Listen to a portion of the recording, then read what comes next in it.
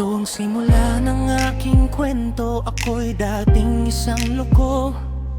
Bawat oras na tumatakbo, ang laman ng aking kwento'y nasa kalsada na animoy. Walang patid na araw na ako'y laman ng kaya'y halos inaabot na ng madaling araw. Walang ibang inisip kung papaano mamuhay na mag-isa at lumaban sa kalamidad ng hirap ng buhay.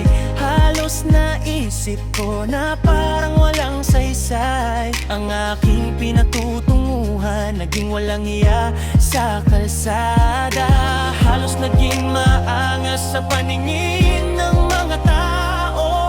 Nang habol ng saksak kahit walang dahilan, ako'y naging sanggano at nagkaroon ng tatak na Sputnik Animal.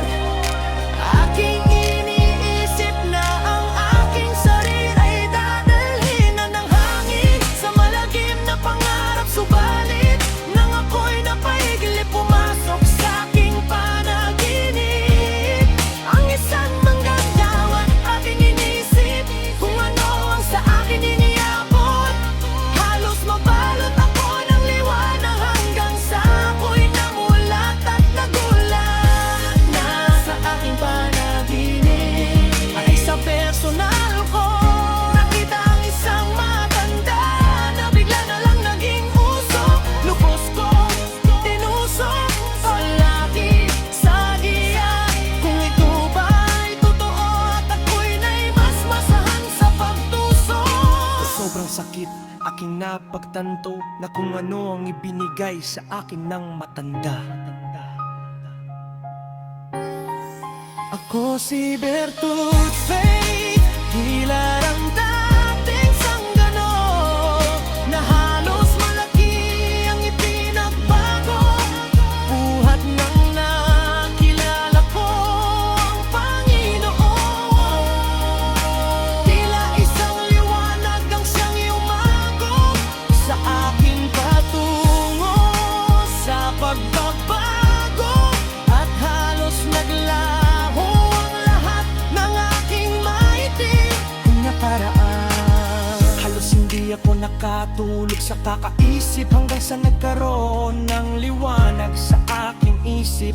At palaging may sumasagi sa aking uta at tila ibinubulong at itinutulak ako sa mga tao hanggang sa aking naririnig.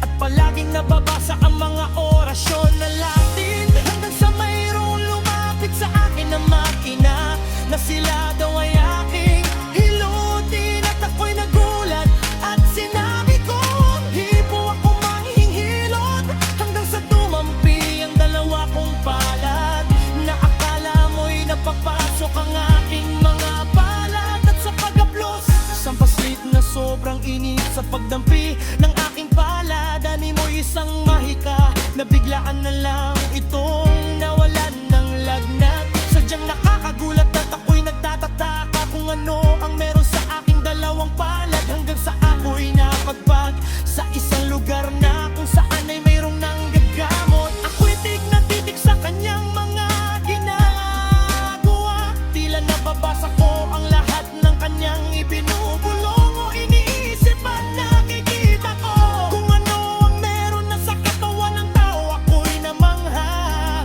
at bigla na lang napaisip at napunta sa computer siya.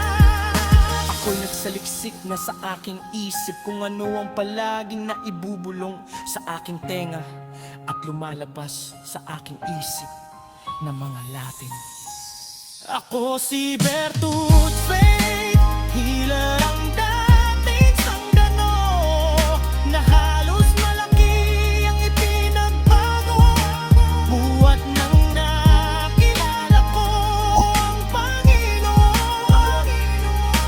Tila isang liwanag ang siyang yumakap sa aking patungo sa pagbabago.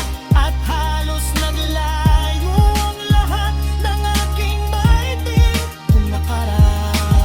Until I became an expert in every oration I read. studied it deeply, I studied it well and memorized all the Latin.